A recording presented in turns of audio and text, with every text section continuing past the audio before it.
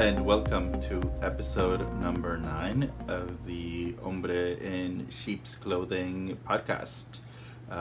Today is November 16th, 2018. My name is Jimmy, and I'm coming to you from Brooklyn, New York.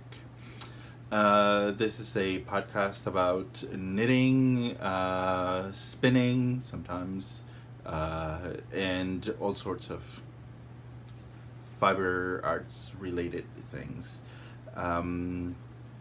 Today I am going to show you a couple of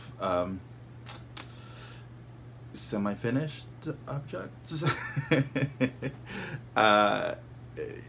Yeah, well, you'll see. I'm going to show you a couple of finished objects. I'm going to be talking a little bit about my experience at Rhinebeck last month, which was almost a month ago. So this is like super late for that. You've seen everything you need to see about Rhinebeck 2018, but anyway, this this will be a little bit of my experience at Rhinebeck, and maybe a little bit of future knitting. But anyway, so let's get started. The first thing I'm going to show you is, well, what I'm wearing. I am wearing, I don't know if you remember, I made this sweater. I showed you the yarns for this sweater at the maybe first or second episode. Last year I was going to do it for Christmas, and then I didn't do it. I didn't knit it. And then I was going to knit it for maybe Vogue Knitting Live, which I didn't do. But anyway, eventually I did, and it's finished, and now I'm wearing it. And this is one of the sweaters that I made. This is one of the sweaters that I wore for Rhinebeck. I didn't make it for Rhinebeck, but it ended up being one of my Rhinebeck sweaters. Anyway, so here it is. This is a Jared Flood design from Brooklyn Tweed. It is made out of Léttlopi yarns. This is the yoke. And yeah. So I'm sure you've seen it before. But anyway, the yarn is very rustic. It's a little bit itchy, so if you're sensitive to itchy wool, it might be a little uncomfortable for you, but otherwise it softens with washes, so I can wear it. It's okay. It's very warm though, so it is cold here in New York today. We had our first snowstorm yesterday. So that was interesting. It seems kind of early for snow that sticks to the ground. It was like 1 or 2 inches of snow that stuck to the ground, which was fascinating. But anyway, it's all melting today. But anyway, back to my sweater. So yeah. So this is what I'm wearing today. Anyway. This is not one of the finished objects that I said I was going to be showing you. I was just showing you what I'm wearing. The first thing that I'm going to be showing you is, I think I must have mentioned it last episode. I said that my mom was coming for a few days, and that I wanted to knit her a this Low Curves by Joji Locatelli, and I started it on November 5th, and I finished it on November 15th. I do not recommend it. That was not fun, and well, I'll talk about it in a minute. But so this is the shawl. Slow Curves by Joji. This pattern calls for, I don't have enough space to show you the whole the whole shawl in one shot. But anyway, you get the idea. It's been blocked, but I still have to, the ends are all woven in, but I still need to cut some strings that are still attached there. I don't cut the ends off until after I've blocked it, because sometimes when you stretch it, if you cut the ends and they're too close to the fabric, sometimes they end up coming out on the wrong side or whatever. But anyway, so yeah, slow curves, Joji Locatelli pattern. The pattern calls for, oh, that's one of the ends right there. The pattern calls for colors, but because of the material I was using, I'm using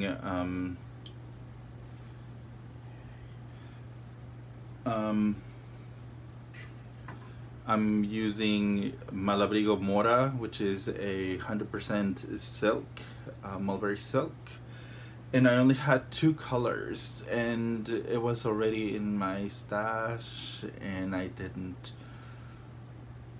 had plenty to make the shawl, so I didn't want to go out and buy 4 more skeins, because each skein is 50 grams only, and I think you needed more than 50 grams of each color for the shawl. But anyway, so I ended up doing it just 2 colors. Right. So the fading, because it's kind of like a faded pattern. That's the back, I suppose. The fading it's more pronounced, or not at all. There's no fading because there's only 2 colors and they're really high contrasting colors, but I'm okay with that. Okay, like I said, I knitted this in 10 days because I wanted to finish the Texture Time shawl, the Mystery Knit Along by Stephen West, before I started this, and I finished that on the November 4th. So my mom was here she was arriving on the 9th, and she's leaving tomorrow. She's going with my brother and his wife. They're going to the Middle East for a couple of weeks, just to do some traveling tourism around the area. My mom's never been, so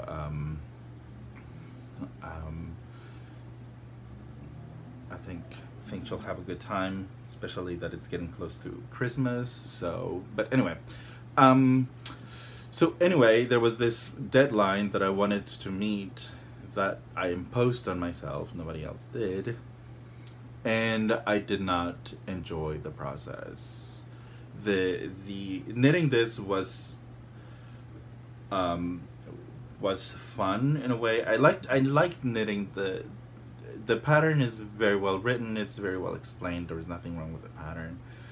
What I did not enjoy was having this self-imposed pressure on myself to finish something before tomorrow, or before today, because they're leaving early tomorrow, so I have to give it to her today. That's the part that was not fun. I did not enjoy it, and I hope I do not do that to myself again.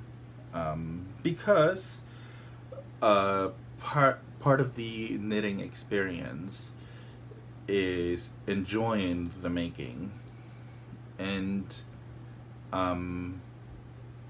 I give away a lot of the stuff that I knit, so I'm definitely not a product knitter. I enjoy finishing something, I enjoy giving it away, but I enjoy making it the most. and this time around I did not enjoy the making so much, even though it was for my mom. So I kept that in the back of my head, right? This is for my mom, so get it done. She'll appreciate it and she'll like it. So that was the motivator behind the endless knitting that I had to do, because by the end the rows are like 600 stitches, right? So anyway, I followed the pattern mostly, except the color changes, because I did not have 4, I only had 2, and the edging, I did a I don't know if you can see it, I-cord bind off. The original pattern calls for a picot bind off, but I thought it would take me longer to do the picot bind off than to do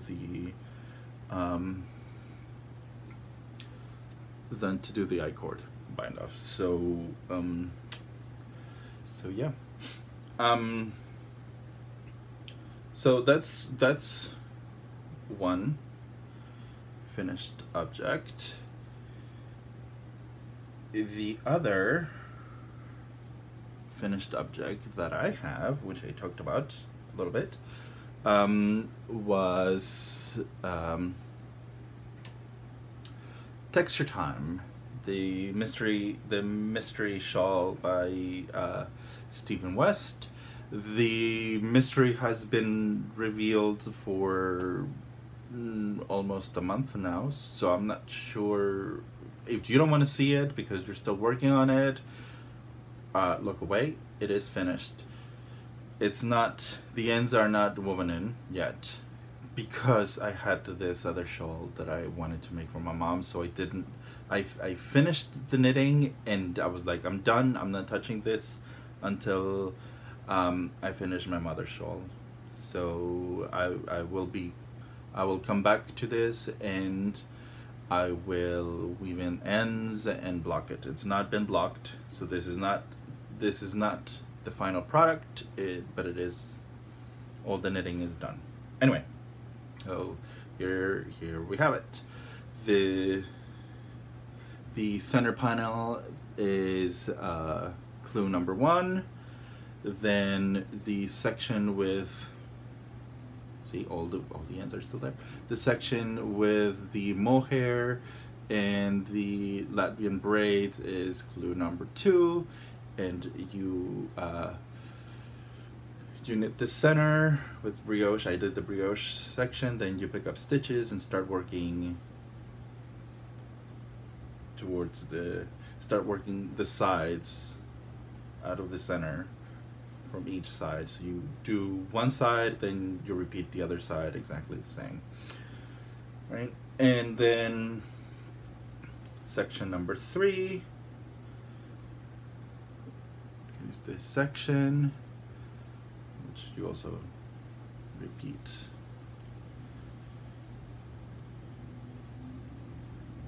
Right. And then section number 4 is this section.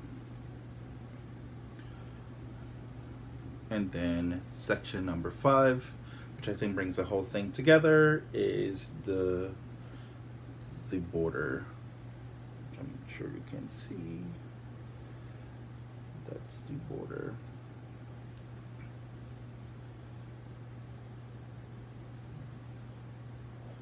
Anyway, this thing's huge.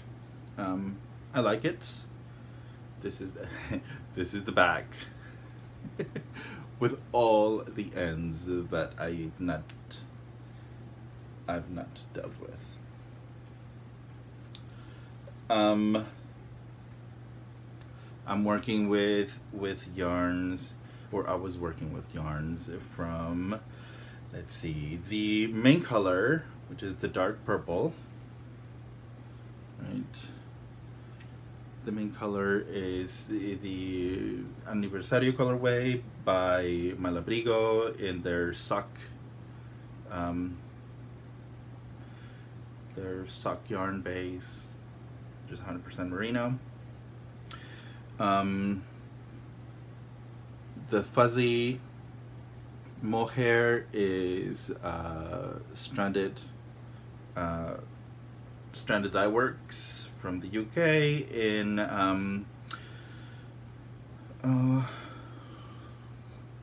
Sugarplum colorway. Then the green looking blue greenish is Once Upon a Corgi in her Polworth base, and the colorway is Towers Over the Thames, I believe. The gray with purple speckles and and yellow and green speckles is Loco in her MCN, and I think it's called Outer Space Love, I think. And the last one is ChileKnitz in her Cuddly sock base, which is merino nylon, in her Imagination colorway. So yeah,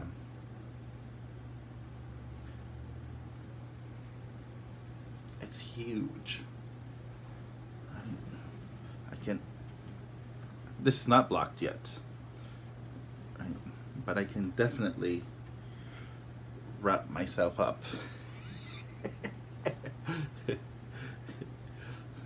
in this, right? And I'll be ready for the North Pole, right?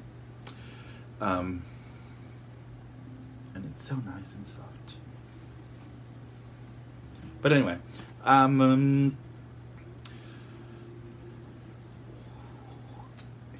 okay, too hot. It's not that cold.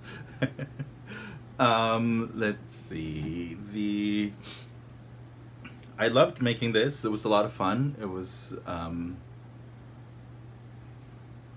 learned quite a few things. I learned about the Latvian braids, which I think I talked about last time.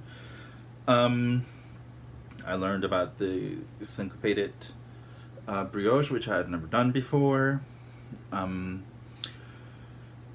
I made a mistake in one of these repeats. I can't find it, but I know it's there.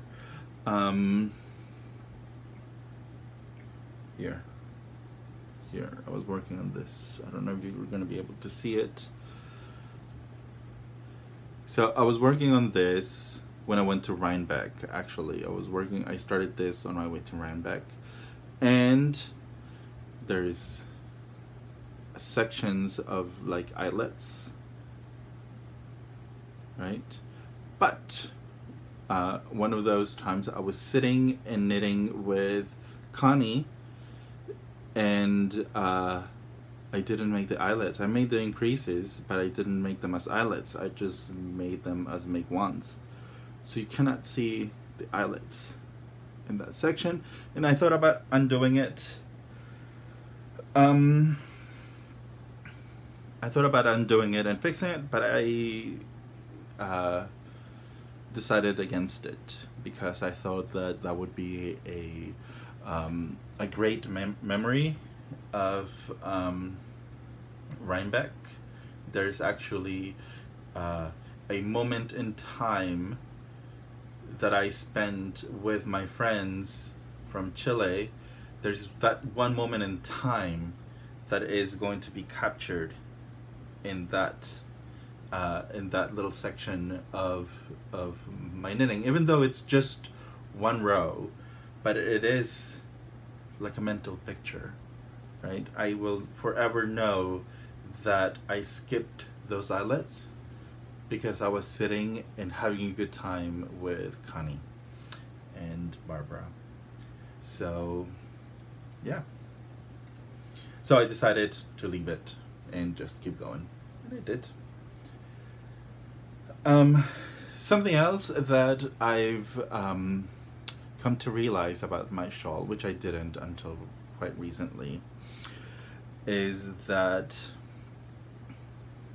I've actually met the people behind each one of these yarns.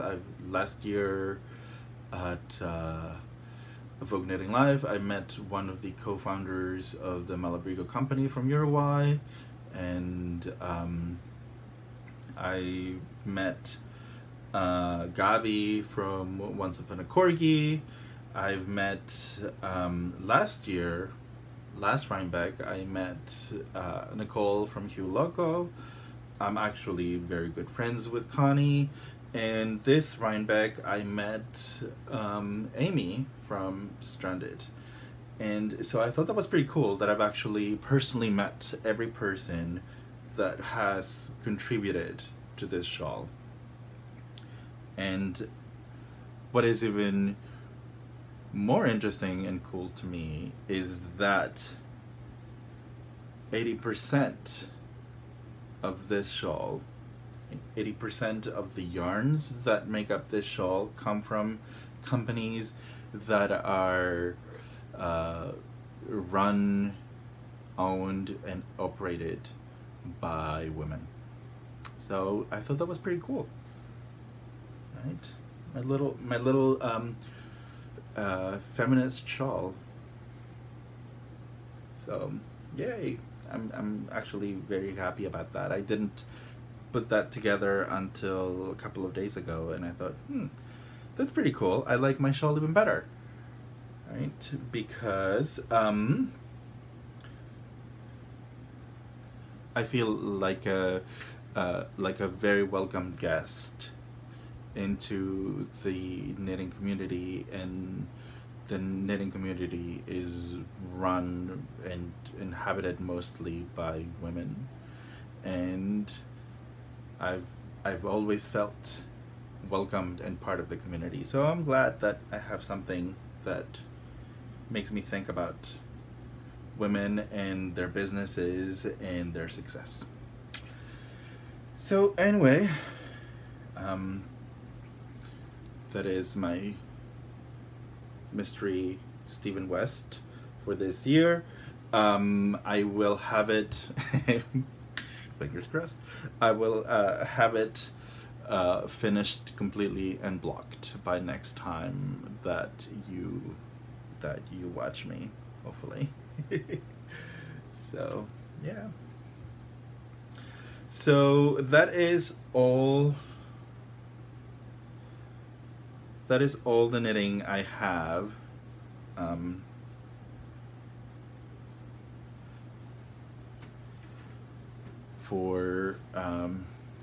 For this episode. That's all the knitting I've done, because I've been so concentrated on my mom's shawl. I haven't done any other knitting. But there are a couple of projects that I want to start. Tomorrow is the beginning of the Barcelona Knits Festival in Spain, Barcelona, obviously. And a lot of my very good friends are going to be there. I am not going to be there. I'm going to be here. I'm still here. And I'm not upset. I'm very happy for them. I'm not jealous one bit. And so yeah. So because that is starting tomorrow, I have a project that I want to start tomorrow, that I want to cast on tomorrow, and I'm going to be using, well, the project is going to be living in this bag that my friend Alma, she has a podcast in Spanish. The podcast is called Casa de la Vega. She lives in Hawaii, but she is in Barcelona right now. She's there for the festival, And she is going to be hanging out with a lot of our mutual friends that are there. And she was really kind and thoughtful. And she sent me some gifts, including this, to make me feel included in the group. And I feel very loved because I got this. So anyway, this is the project where this is the bag where my project is going to be living, and the project I'm going to be working on is going to be made up with the leftovers that I have from this bike that I made Connie. This is her gondola in the Cuddly sock merino nylon, and she was very kind and she gave me a skein of the colorway that she created for the Barcelona Knits Festival. This is called Gaudi, like the famous architect that designed a lot of the modernist houses that are in Barcelona. He also designed Park Güell, and most famously he designed the still under construction Sagrada Familia in Barcelona. And this is the colorway. So I'm going to be knitting a hat. I'm going to be casting it on tomorrow using these two. This is also in her Cuddly sock. Merino nylon, Gaudi, and so the hat I'm going to be knitting is I'm just gonna make it up as I go. So wish me luck. I'm not gonna be following a pattern. I'm just going to make it up as I go. So if you follow me on Instagram, you can probably see the progress there. But anyway, the other thing I'm going to show you is some of the stuff that I got from Rhinebeck. Let me talk about a little bit about my Rhinebeck experience. I went to Rhinebeck for Saturday and Sunday. I didn't go to the special events before Rhinebeck. I only went Saturday, and then I returned on Sunday. And on Saturday, I went there to meet up with Connie, hang out with her, and just to explore. I didn't really do much shopping. I didn't do much shopping at all, actually, to be honest, at Rhinebeck. I wanted to be there to be part of the community and to hang out with Connie that was coming from Santiago in Chile, which is very far, and I hadn't seen Connie since last Rhinebeck, so I was really eager to see her again this year. So we met on Saturday. We were hanging out. We had a look around in all the like stalls and the buildings and things like that. In the mid-afternoon, there was a podcaster meetup, so of course I had to go and see what famous people I could spot, which I did, and I'm gonna be I shared a lot of that on my Instagram stories of the people I met, and it was a really great time. It was fun meeting all these people. Like I said, I met Amy, I saw Nicole from Hugh Loco again, I saw Gabi from Once Upon a Corgi, I saw Denise from Lucy and Yoshi, is it? Yarns? Anyway, she's going to be having a trunk show tomorrow actually at Knitty City, and I'm going to see her again there. And Gabi is going to have a trunk show at Knitty City again on December 1st, I think, so I am also going to see her there again. But So yeah, that was fun. Then after that, we walked around, and the rain came down. It started pouring. We were actually in a building, so we didn't get wet, but it started raining really, really hard. I was not expecting that, but it was kind of fun. And after the rain stopped, we took the opportunity to go and see if we could get in the line for the apple cider donuts, and we could. The line was a lot shorter than it had been all day, so we only had to wait maybe like 30 minutes instead of an hour and a half in that line. And the donuts were, my mouth is watering just remembering how delicious these donuts were. The donuts were delicious, absolutely delicious. It was like eating an apple cider cloud. They were so soft and fluffy, and they melted in your mouth the minute you took a bite. It was so yummy. Oh, okay, I'm hungry now. But anyway, so then I returned on Sunday, and that's when I did some of the shopping on Sunday. Like I said, I didn't buy a lot of stuff. I bought some souvenirs. I got some, let's see. I got a lot of fiber. You might hear a lot of crinkling, but I got some fiber. I got some fiber from Into the World. This is a carded bat. So this, I'm going to spin hopefully into a woolen yarn, woolen spun yarn, instead of the worsted spun yarn that I had, I think, mentioned before. Anyway, so I like the colors, and I like the experimenting. I also bought some stuff from Fiber Optics.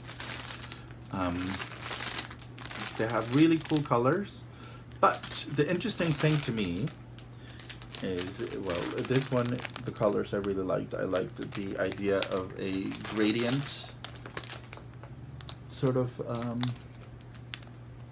top. So we'll see what comes out of that.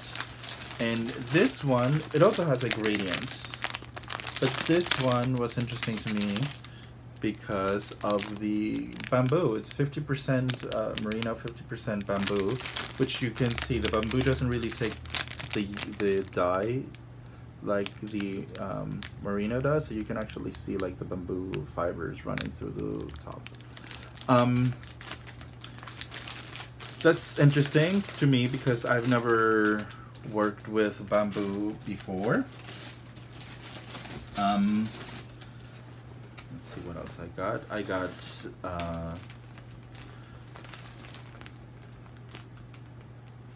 this is from the main top mill, and this is camel, merino, and Rambouillet.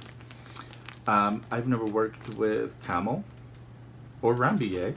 I've never spun either, so I thought it would be interesting to try and see what comes out. So that's actually what I had in mind. I wanted to get Vogue Knitting Live is coming up in a couple of months, and I think that if I want yarns that are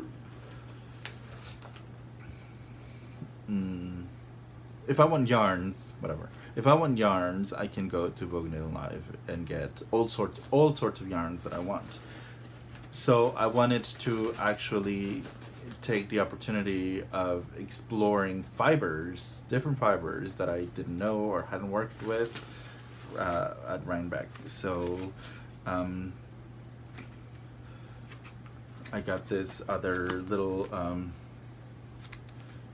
little bump of fiber, and this one is Rambouillet and Angora, which I've never worked with. And I got this other bump that is you can see that is yak and silk, and I have worked with silk, but I've never worked with yak. So those are mainly the things that I got. Like I said, I got some souvenirs the day before. I got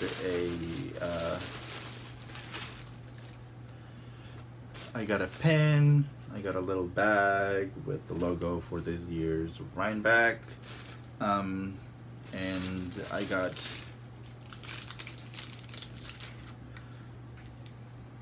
a little soap, and this is a citrus spice soap. Delicious. And I went on a bus, like a private bus that was organized by a local group here in New York on Sunday, and they gave us some Debbie Bliss, which is a cotton viscose blend, as a gift. It's a goodie from the bus. And Joy from the Anxious Knitter. I don't know if you can see that. Anyway, the Anxious Knitter gave me a little sample of her hand-dyed yarn. So, but yeah, that is what I bought from Rhinebeck, which is not much, but I went there to find some cool fibers, which I did, and for the experience. I got to, on Sunday, we walked a little more, and I got to meet Nora Gone and talk to her for a little bit. She was very cool. She was very nice. I did not ask her for an autograph. I did not even ask her for a picture because I'm awkward and shy and weird. So, but we talked a little bit about her cables and the process of her, the way she develops cables, which I saw in the Fruity Nitty podcast. And so that was kind of a cool experience. Then I went to on Sunday there is this competition, I guess, that is called Fleece to Shawl, and the premise is that you come with like the fleece already washed or prepared or whatever, but it is still in the fleece form, and you prepare it at the location. You card it or you flick it or whatever you need to do to spin it. Then they spin it and they weave a shawl. So I think I'm not a weaver, so I'm not really sure about the terms, but I think that you're allowed to come in with your loom already prepared with the warp. I think the warp is the long strands that run along. So what they actually have to spin is the weft, right? Like the the threads that go horizontally rather than vertically. I think that they're allowed to bring the vertical yarns already prepared on their loom so they can start working. So anyway, the fleece to shawl competition, they have 3 hours where they have to card the wool, spin it, ply it, and then weave it in 3 hours, and they have to make a shawl that is, I believe, 72 inches by 18 inches, and then within the time limit they have to finish it, and then they're judged. And one of the groups that was working on that competition that day is a group of ladies that sometimes they are from New York City, here from New York City, and sometimes I sit with them and I spin with them for a little bit. And so I went to where they were and went to cheer them on a little bit and talk to them and show some support hopefully without distracting them too much. I think that they got second place this year, but they've been competing for maybe like 4 or 5 years, and I think they've gotten first place maybe 3 times or 4 times or whatever. But anyway, I would try to, I took a little bit of footage and pictures, so I will try to be inserting those in here as I go. And then after that, I finished the shopping that I had to do, and like I said, I went on a bus and they were not leaving until the fair closed. So I sat down outside of the a couple of the buildings at the fair, and it was a little chilly that day, so I sat down in the sun and I took out my knitting, I took out my Stephen West, and I knitted for maybe like an hour there, just enjoying people, watching them go by. And actually that experience was one of the coolest, because I was wearing the sweater, so people kept coming up and asking about the sweater, if I'd made it, or what was the pattern, or talking about the shawl. And that was actually that was a great experience, actually. I am, like I said, I'm kind of shy and awkward, and I don't generally knit in public, because I don't want to attract attention to myself. But that was actually really a positive experience of sitting outside, enjoying the weather, and people responding positively to something that I was doing, which was very cool. There was it was mostly ladies, like I said, and they always, like I said, they always make me feel very welcome and part of the knitting community. So that was great. And then of course we had to come back and get on the bus and return to the city, and I was so sad this year more than last year, because I've been part of the knitting community more this year. So I felt that when we were leaving Rhinebeck, I was like, I had like a knot in my throat, and I was like, I don't want to cry. I'm in a bus full of people and I am not going to be crying. But I was like, you know, swallowing tears, like, but so it was a great experience, and I cannot wait for next year to do it again, hopefully. But anyway, so that was what I did for Rhinebeck. And then the next thing that is coming up is Vogue Knitting Live New York City in January.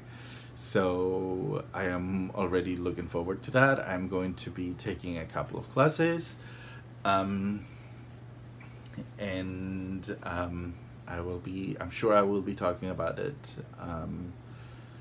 more in the upcoming episodes as the event approaches. But yeah, so anyway, that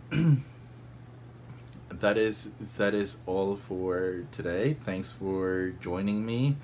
Have a great Thanksgiving. Actually, next week is Thanksgiving here in the US. I am sure that not everybody celebrates it around the world at the same time, but it is a big holiday here in the US. And it is tradition that when people are sitting around for Thanksgiving, they will say what they are thankful for this year.